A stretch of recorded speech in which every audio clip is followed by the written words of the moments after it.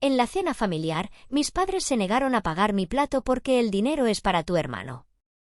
Sonreí, pagué la cuenta de $5,000 de todos y les entregué la orden de desalojo. Ahora esta casa es mía. El sonido del cristal chocando contra el cristal.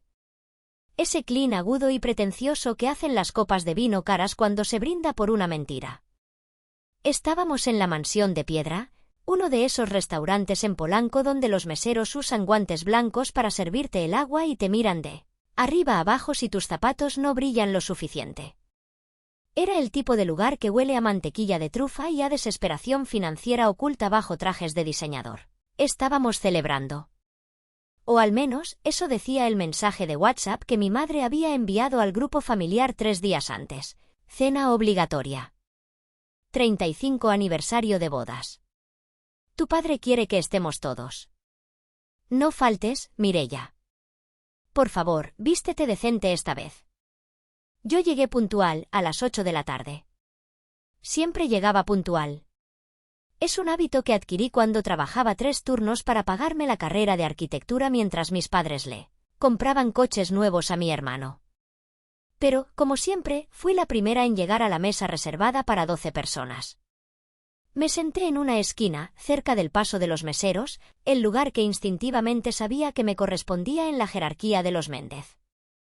Mi padre, Ramiro, llegó 15 minutos después, entrando al restaurante como si fuera el dueño del edificio. Caminaba con ese paso pesado y autoritario, saludando a meseros que no conocía, riendo demasiado fuerte. Llevaba un traje azul marino, si te fijabas bien en las costuras de los hombros, ya empezaba a mostrar el desgaste de los años. Mi madre, Lourdes, iba a su lado, aferrada a su brazo como si fuera un salvavidas en medio del océano. Llevaba el collar de perlas que había heredado de mi abuela, la única joya real que quedaba en la familia, aunque ella no sabía que yo sabía que estuvo empeñado hace 2 meses. «Mireia», dijo mi padre, no como un saludo, sino como quien nota una mancha en el mantel. «Llegaste temprano. Raro en ti no tener cosas importantes que hacer con tus ladrillos y tus planos». «Hola, papá». «Feliz aniversario, mamá», dije, levantándome para darles un beso. Mi madre me ofreció la mejilla fría, oliendo a laca y a perfume Chanel número 5 rancio. «Gracias, hija», murmuró ella, escaneando mi ropa. «Ese vestido es muy sencillo, ¿no? Es una noche especial. Es cómodo, mamá. Y es de mi talla». Poco a poco llegaron los tíos. Tío Beto, el hermano menor de papá que siempre pedía dinero prestado, tía Clara, que juzgaba todo lo que comías, y los primos que solo venían por la comida gratis. La mesa se llenó de ruido, de risas falsas y de esa tensión eléctrica que solo existe en las familias que se odian pero fingen amarse por el qué dirán. Pero faltaba alguien. El invitado de honor. El príncipe heredero. A las 8:45 de la tarde, las puertas del restaurante se abrieron de golpe. Esteban entró. Mi hermano menor, 27 años, la luz de los ojos de mi madre, el orgullo de mi padre. Llevaba una camisa blanca desabotonada hasta el pecho, mostrando una cadena de oro, y unas gafas de sol colgadas en el cuello aunque era de noche. Venía hablando por teléfono, riendo a carcajadas. «Perdón, familia». El tráfico en Reforma estaba imposible. Gritó, acercándose a la mesa. Colgó la llamada sin despedirse y lanzó las llaves de un BMW sobre la mesa, justo al lado de la mantequillera. El sonido metálico hizo que varios comensales de otras mesas voltearan a ver. Yo conocía esas llaves. Eran de un coche alquilado. Lo sabía porque Esteban me había pedido prestados 1.000 pesos la semana pasada para gasolina. Una petición que ignoré. «Mi vida», exclamó mi madre, levantándose para abrazarlo como si hubiera vuelto de la guerra. «Siéntate aquí, al lado de papá».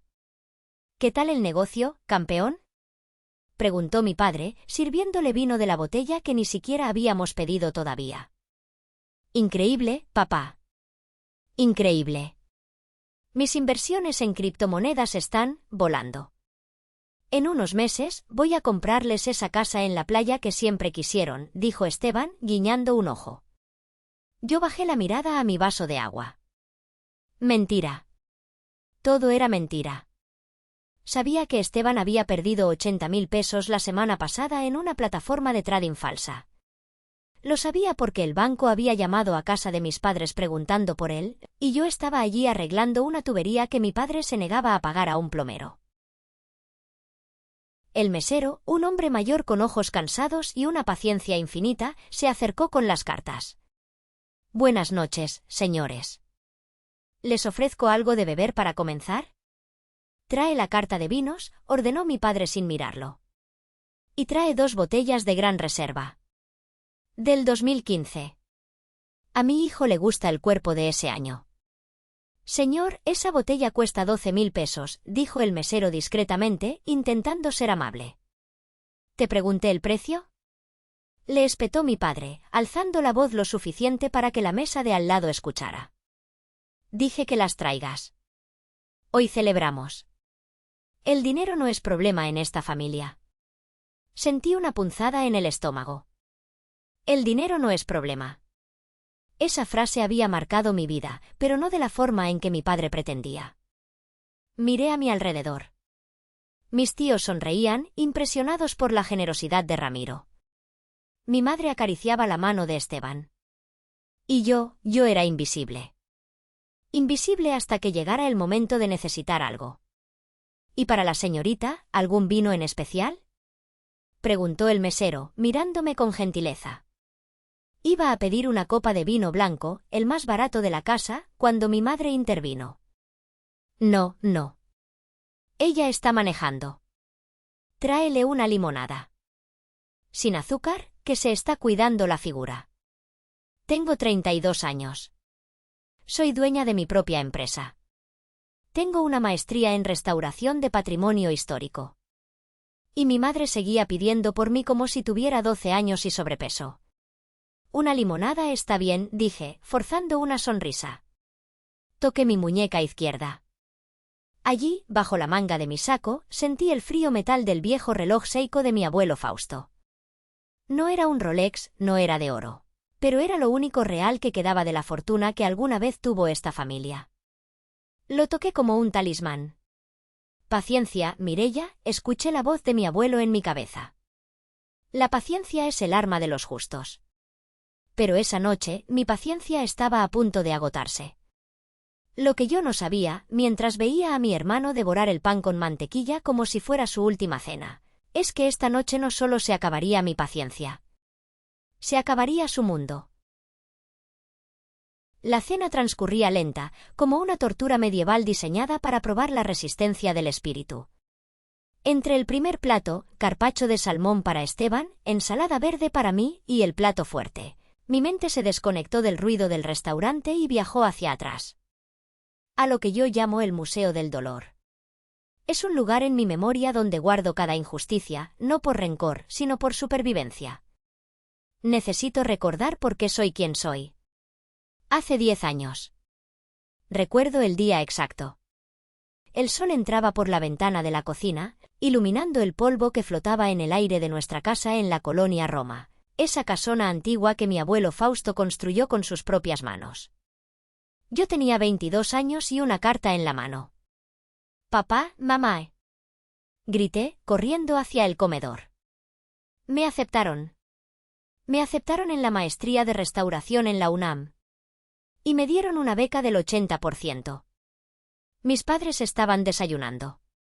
Esteban, que entonces tenía 17 años y acababa de reprobar su 3er año de preparatoria, estaba jugando en su celular, ignorando el mundo. Mi padre bajó el periódico. ¿Y? Preguntó, sin emoción. ¿Cómo que ni? Es una oportunidad increíble. Solo necesito cubrir el 20% restante y los materiales. Son 5.000 pesos para la inscripción inicial. Tengo mis ahorros del trabajo en la cafetería, pero me faltan 2.000. ¿Podrían prestármelos? Se los pagaré en cuanto empiece a trabajar en el despacho del arquitecto López. Mi madre suspiró, como si le hubiera pedido un riñón. Mireia, hija, ya hablamos de esto. Esa carrera de... ¿cómo se llama? ¿Arquitectura vieja? Eso no da dinero.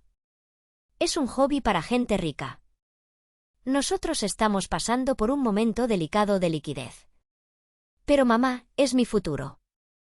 Solo son 2.000 pesos. Papá, ayer te vi comprando habanos. No me cuentes el dinero. Gritó mi padre, golpeando la mesa. Soy el hombre de esta casa y gasto mi dinero como se me antoje. No hay dinero para caprichos escolares. Si quieres estudiar, trabaja más. Me tragué las lágrimas y me fui a mi cuarto. Trabajé turnos dobles durante 6 meses. Dormía 4 horas al día. Pero pagué mi inscripción.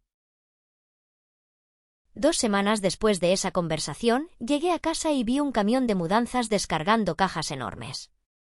¿Qué es esto?, preguntó.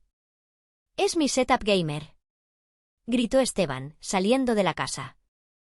La mejor PC del mercado, 3 monitores, silla ergonómica. Papá dice que tengo talento para los eSports y que hay que invertir en mi futuro. ¿Cuánto costó?, le pregunté a mi padre, que supervisaba la descarga con orgullo.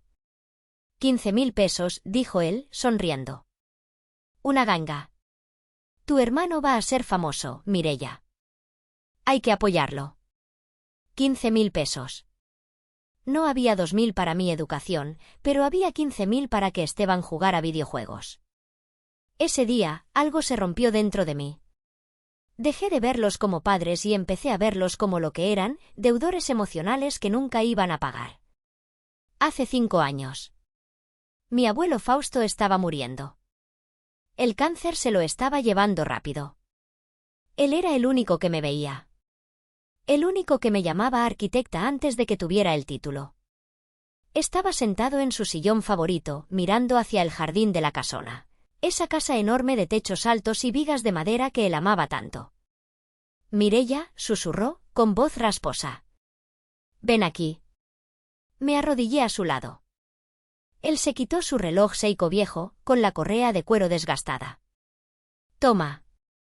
No vale mucho dinero, pero ha marcado todas las horas que trabajé para construir esta casa. Quiero que tú tengas la casa, hija. Abuelo, no digas eso, escúchame. Tus padres, tu padre es un necio y tu madre es débil. Si les dejo la casa, la van a perder. Esteban la va a vender para comprar humo. He dejado un testamento. La casa es tuya. Prométeme que la cuidarás. Lo prometo, abuelo. Pero cuando el abuelo murió, el testamento desapareció. Mi padre dijo que el abuelo estaba senil, que había dicho cosas sin sentido. Apareció otro documento, uno antiguo, donde dejaba todo a su único hijo varón, Ramiro. Yo sabía que era mentira. Sabía que habían manipulado al notario, un viejo amigo de parrandas de mi padre. Pero yo no tenía dinero para abogados. Tenía 27 años y acababa de abrir mi pequeña empresa. No podía pelear.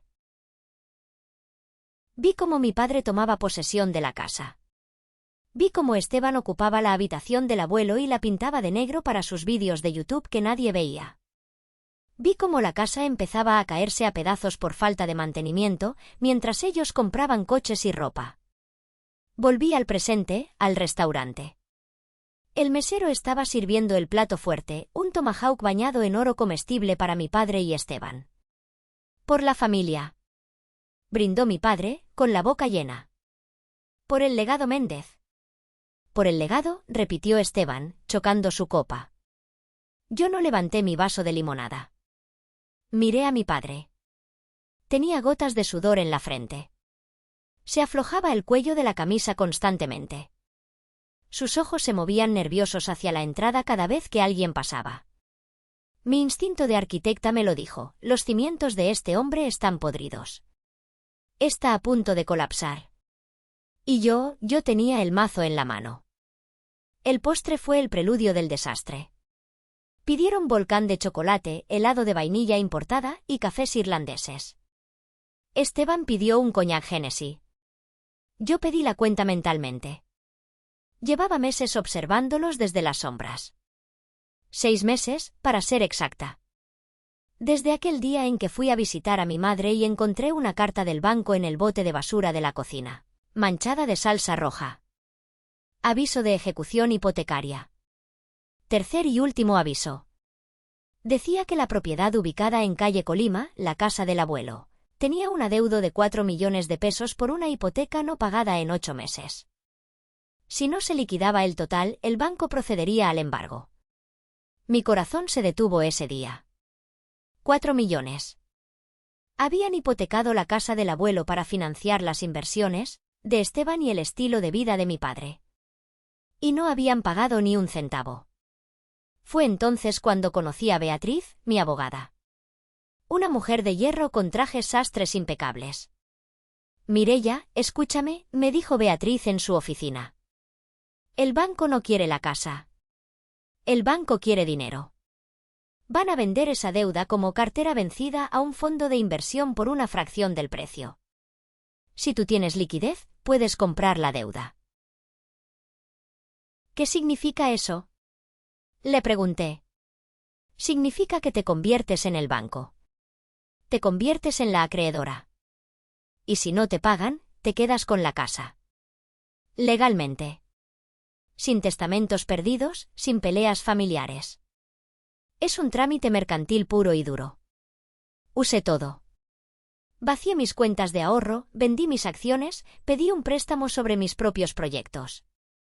Reuní 2,5 millones de pesos y, a través de una empresa fantasma llamada Inversiones Fénix, compré la deuda de mis padres. Durante 3 meses, fui dueña de su destino sin que ellos lo supieran. Esperaba el momento correcto. Esperaba ver si cambiaban. Si mostraban un poco de humildad. La cuenta, joven. Gritó mi padre, chasqueando los dedos. Odio cuando la gente chasquea los dedos. El mesero trajo la carpeta de cuero negro. La dejó con reverencia frente a mi padre. Ramiro la abrió. Vi cómo se le tensaba la mandíbula. 85.000 pesos, murmuró. Luego rió fuerte, una risa nerviosa. Una ganga por esta velada. Sacó su tarjeta Platinum. La tarjeta que le daban por ser cliente antiguo, aunque ya no tuviera fondos. El mesero se la llevó. Regresó 2 minutos después. Disculpe, señor. La tarjeta fue declinada. El silencio cayó sobre la mesa como una losa de concreto. Imposible, dijo mi padre, poniéndose rojo. Es un error de su sistema. ¿Tienen máquinas viejas? Pruebe con esta. Sacó otra tarjeta. Una de débito. El mesero se fue. Esteban dejó de mirar su celular. Mi madre empezó a jugar con su servilleta, deshaciéndola en pedazos. El mesero volvió. Esta vez no dijo nada en voz alta, solo negó con la cabeza suavemente y le entregó la tarjeta a mi padre. «Esto es ridículo», explotó mi padre. «Llama al gerente. Están bloqueando mis fondos por seguridad porque gasto mucho».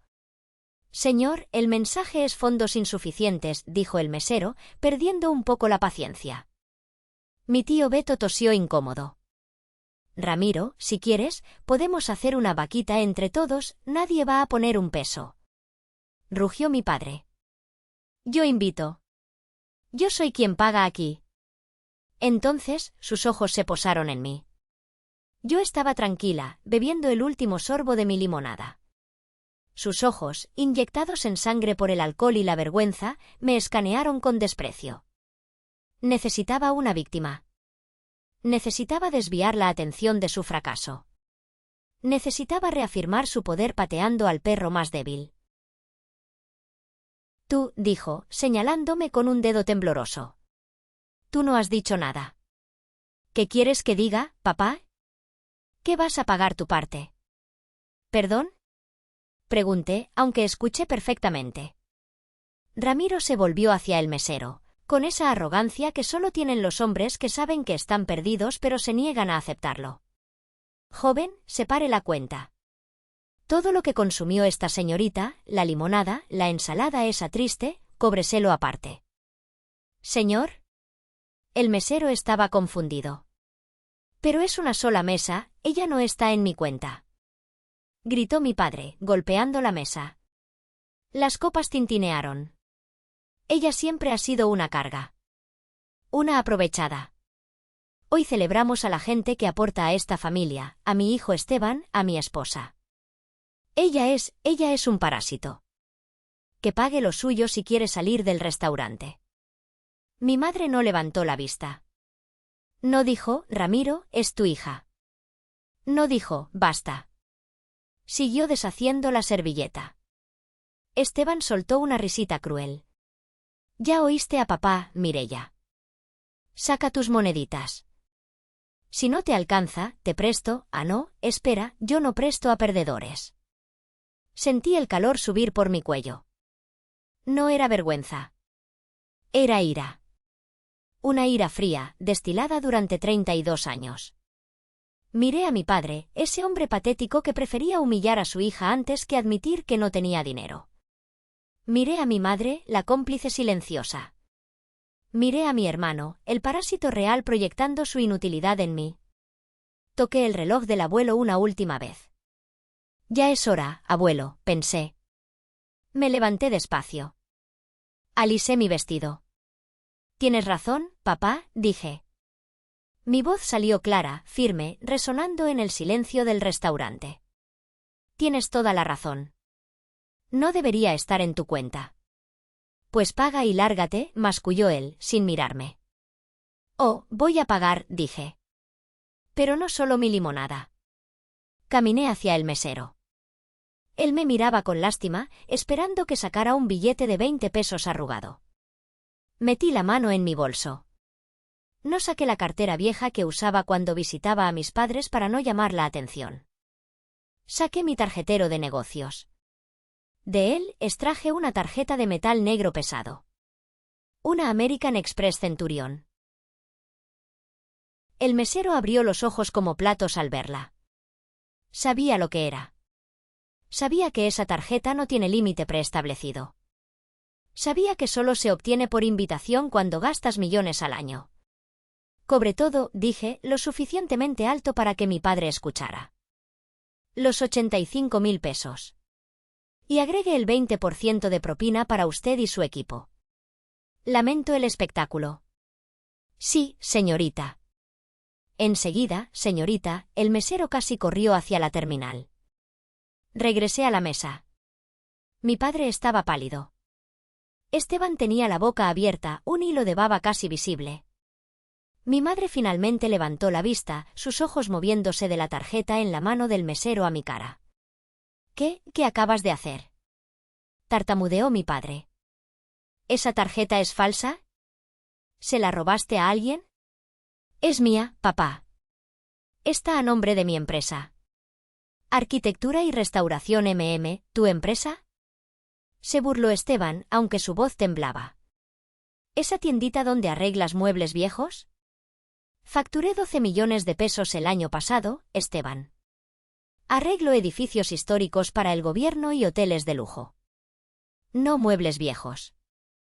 El mesero regresó con el voucher. Firmé con un trazo rápido y elegante. Mireia Méndez.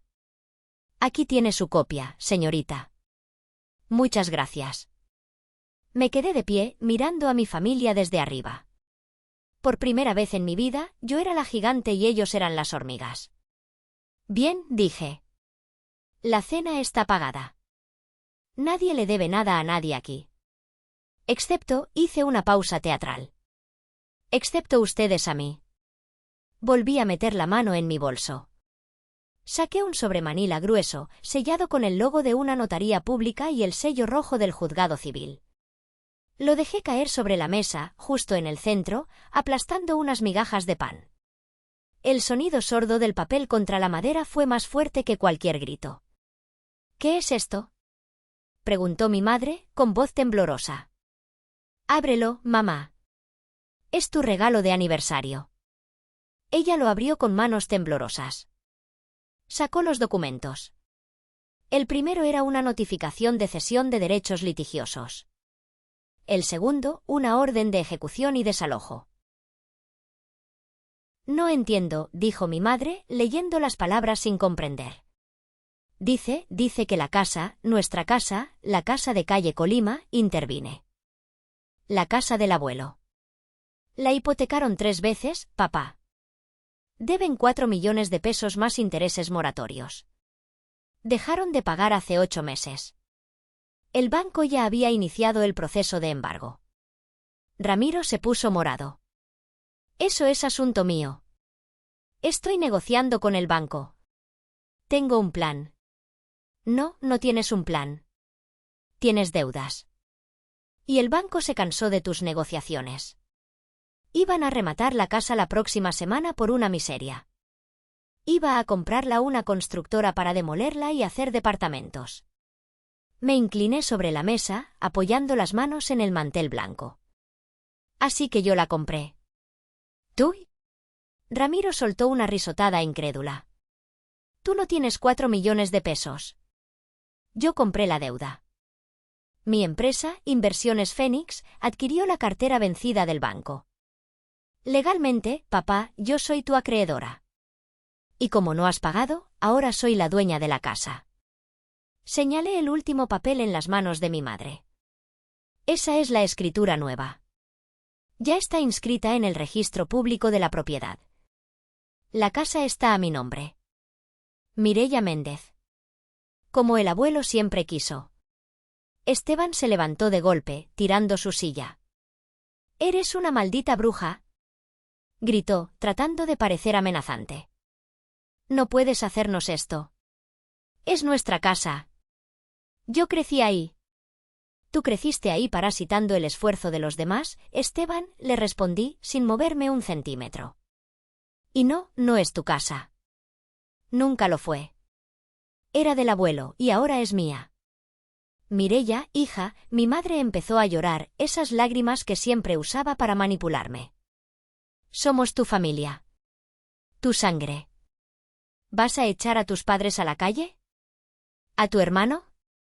«Mamá, hace 10 minutos, papá le dijo al mesero que yo no era parte de esta familia. Dijo que yo no estaba en su cuenta. Que yo era una carga». Miré a mi padre directo a los ojos. Estaba derrotado. El hombre arrogante se había desinflado como un globo pinchado. Se veía viejo, cansado y patético. «Tú dijiste, ella paga lo suyo». «Bueno, papá. Yo pagué lo mío. Pagué mi carrera. Pagué mi vida. Y ahora, pagué tu deuda». «Tienes razón. Cada quien debe pagar lo que consume. Ustedes consumieron el patrimonio del abuelo hasta dejarlo en los huesos. Se acabó el banquete». ¿Qué vas a hacer?», susurró mi padre. «Tienen 30 días», dije, fría como el hielo. 30 días para sacar sus cosas personales. Muebles, ropa, fotos. Nada estructural. No quiero que se lleven ni un foco, ni una manija de puerta. Si veo que falta algo de la casa original, los demando por robo. ¿Y a dónde vamos a ir?», chilló Esteban. «Yo no tengo a dónde ir. Tienes un BMW alquilado, ¿no? Úsalo. O vende tus criptomonedas. O mejor aún, consigue un trabajo. He oído que en este restaurante siempre buscan lavaplatos». Me colgué el bolso al hombro. «Ah, una cosa más. Les alquilé un departamento en Iztapalapa. Es pequeño, 2 recámaras, un baño. Pagué 6 meses de renta. Es más de lo que ustedes hicieron por mí cuando dormía en el suelo de mi estudio para ahorrar dinero. Las llaves están en el sobre. Después de 6 meses, es problema de ustedes».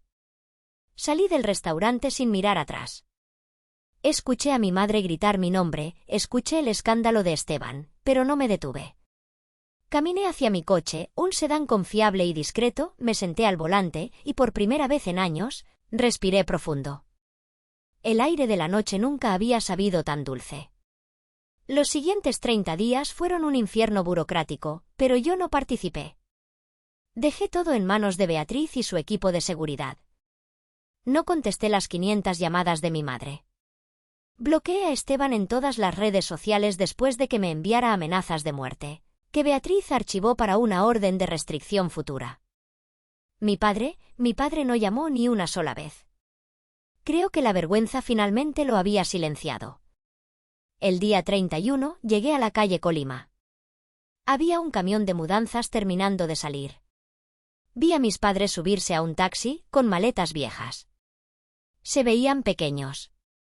Mi padre caminaba encorvado, apoyándose en un bastón que nunca había usado antes. Mi madre no miraba la casa, solo miraba al suelo.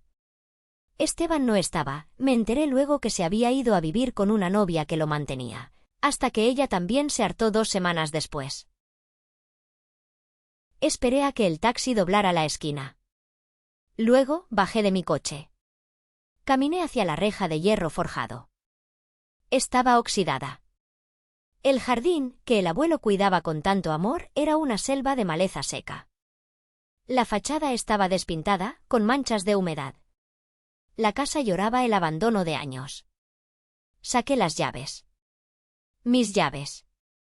Abrí la puerta principal. El chirrido de las bisagras resonó como un lamento. Entré. La casa estaba vacía. Se habían llevado todo lo que pudieron. El televisor gigante, los muebles modernos horribles que habían comprado, las alfombras persas falsas.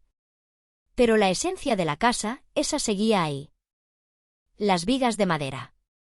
Los azulejos de Talavera en la cocina.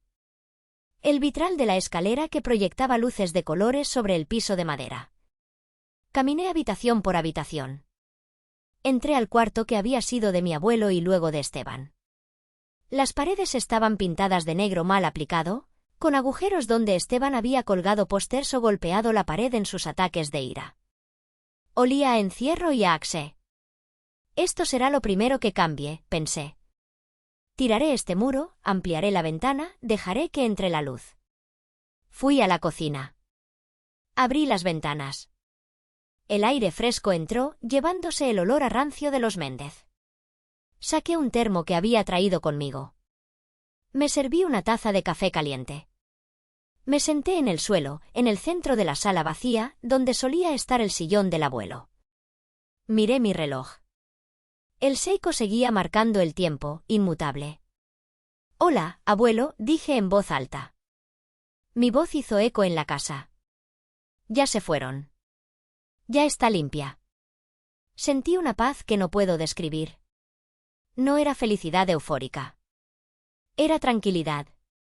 Era la sensación de que el universo, por fin, se había equilibrado. Mucha gente me preguntará si soy una mala hija. Me dirán que la familia es sagrada, que hay que perdonar, que el dinero no lo es todo.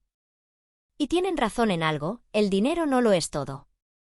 Pero la dignidad sí lo es. El respeto sí lo es. Mis padres eligieron el dinero por encima de su hija durante 30 años. Eligieron la apariencia por encima del amor. Yo solo jugué con sus reglas. Y gané. Bebí mi café. Sabía a gloria. Mañana vendrían los contratistas.